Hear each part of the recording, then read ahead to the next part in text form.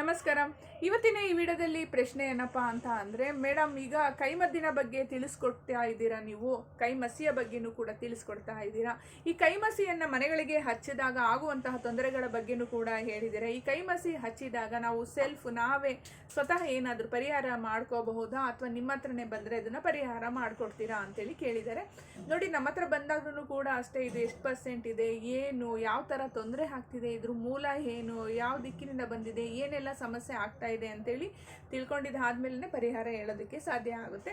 ಅದಕ್ಕಿಂತ ಮುಂಚೆ ನೀವು ಮನೆಯಲ್ಲೇ ಏನು ಮಾಡಬಹುದು ಅಂತ ಅಂದರೆ, ಹಸುವಿನ ಗಂಜಲವನ್ನು ತೆಗೆದುಕೊಂಡು ಒಂದು 3 ಬಾವಿ ನೀರು ಅಥವಾ 3 ಜಾಗದ ನೀರು, ಒಂದು ತೆಂಗಿನ ನೀರು, ಇಷ್ಟು ಬೇಕಾಗುತ್ತೆ. ಇಷ್ಟು ನೀರನ್ನ ಸುರಿಗೆ ನೀರನ್ನು ರೆಡಿ ಮಾಡಿಕೊಂಡು ನಾವೇನು ಮಾಡಬೇಕು, ಮನೆಗೆಲ್ಲದಕ್ಕೂ ಚುಮ್ಕಿಸ್ಬೇಕಾಗುತ್ತೆ. ಮತ್ತು ಮನೆನ ವಾಶ್ ಮಾಡೋಕ್ಕಾದ್ರೆ ಕಂಪ್ಲೀಟಾಗಿ ಮನೆ ವಾಶ್ ಮಾಡೋಕ್ಕೆ ಆಗದಿದ್ರೂ ಕೂಡ ಒಂದು ಪ್ರೇಯರ್ ಮಾಡಿಕೊಂಡು ಎಲ್ಲ ಕಡೆಯೂ ಚುಮ್ಕಿಸ್ಬೋದು.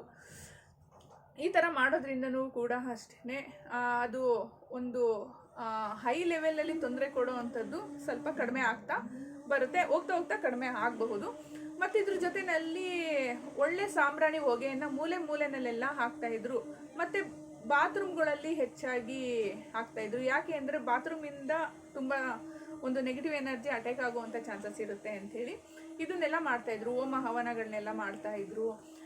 ಮತ್ತು ತೆಂಗಿಂದು ಚಿಪ್ಪಿನಿಂದ ಅದನ್ನು ತೆಂಗಿನ ಚಿಪ್ಪನ್ನೆಲ್ಲ ಕಂಪ್ಲೀಟಾಗಿ ಸುಟ್ಟಿ ಅದಕ್ಕೆ ಬಿಳಿ ಸಾಸಿವೆ ಅಂತೆ ಹೀಗೆ ಸುಮಾರು ಏನೇನು ಆಯುರ್ವೇದಿಕ್ ಗಿಡಮೂಲಿಕೆಗಳೆಲ್ಲ ಇದೆಯೋ ಅದನ್ನೆಲ್ಲದನ್ನು ಕೂಡ ಅಷ್ಟೇ ಅದನ್ನು ಹಾಕಿ ಜಸ್ಟು ಏನಪ್ಪ ಅಂದರೆ ಧೂಪನೆಲ್ಲ ಹಾಕ್ತಾಯಿದ್ರು. ಸಾಂಬ್ರಾಣಿ ಹೊಗೆ ಜೊತೆನಲ್ಲೂ ಕೂಡ ಇದನ್ನೆಲ್ಲ ಮಾಡ್ತಾಯಿದ್ರು. ಹೀಗೆ ಮಾಡೋದ್ರಿಂದ ಏನಾಗ್ತಿತ್ತು, ಆ ಒಂದು ಕೈಮಸಿ ಅದು ಆತ್ಮ ಪ್ರಯೋಗವನ್ನು ಮಾಡಿರ್ತಾರಲ್ಲ ಕೈಮಸಿಯ ಮುಖಾಂತರವಾಗಿ, ಅದೆಲ್ಲದನ್ನು ಕೂಡ ಸ್ಟಾರ್ಟಿಂಗ್ ಏನು ಬರುತ್ತಲ್ಲ ಅದು ಆಟೋಮೆಟಿಕ್ಕಾಗಿ ಇಲ್ಲಿ ಪಾಸಿಟಿವ್ ಎನರ್ಜಿ ಅದು ಆಟೋಮೆಟಿಕ್ಕಾಗಿ ಅದು ರಿಮೂವ್ ಆಗ್ತಾ ಹೋಗುತ್ತೆ.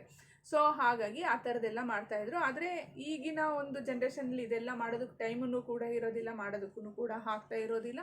ಅದ್ರ ಸಮಸ್ಯೆ ಮಾತ್ರ ಹೆಚ್ಚಾಗ್ತಾನೆ ಇರುತ್ತೆ. ಇದನ್ನು ನಾವು ಮನೆಯಲ್ಲೇ ಮಾಡ್ಕೋಬಹುದು. ಇದೊಂದು ರೆಮಿಡಿ ಹೇಳ್ಕೊಟ್ಟಿದ್ದೀನಿ. ಅಕಸ್ಮಾತ್ ಮಾಡ್ಕೊಳಕ್ಕಾಗಲ್ಲ, ಇದ್ರ ಒಂದು ಪವರ್ ತುಂಬಾ ಆಗೋಗಿದೆ, ಮನೆಯಲ್ಲಿ ಒಂದು ಸಮಸ್ಯೆ ಇದೆ, ವಾಸ್ತು ಚೆನ್ನಾಗಿದ್ರೂ ಸಮಸ್ಯೆ ಬರ್ತಾ ಇದೆ, ನಮ್ಮ ಮನೆ ಮಂದಿ ಎಲ್ಲ ಕಿತ್ತಾಡ್ತಾ ಇದ್ದೀವಿ, ಪದಾರ್ಥಗಳೆಲ್ಲ ಕೊಳ್ತು ಹೋಗ್ತಾ ಇದೆ ಅಂಥ ವ್ಯಕ್ತಿಗಳು ಏನಾದ್ರೂ ಅಕಸ್ಮಾತ್ ಈ ಒಂದು ಸಮಸ್ಯೆಯಿಂದ ಹೊರಗಡೆ ಬರಬೇಕು ಅಂಥೇಳಿ ನೀವು ಅಂದ್ಕೊಂಡಿದ್ರೆ ಆ ಒಂದು ಸಮಸ್ಯೆಗೆ ಪರಿಹಾರವನ್ನು ಸೂಚಿಸ್ಕೊಡ್ಬಹುದು. ಅಥವಾ ನಾನು ಹೇಳಿರೋ ಅಂಥ ರೆಮಿಡಿನ ನೀವು ಮಾಡ್ಕೊಂಡು ನೋಡಿ, ಒಳ್ಳೆಯದಾದ್ರೂ ಕೂಡ ಆಗಬಹುದು. ಅಕಸ್ಮಾತ್ ತುಂಬ ಮೀರಿತ್ತು ಅಂದರೆ ಬರಲೇಬೇಕಾಗುತ್ತೆ.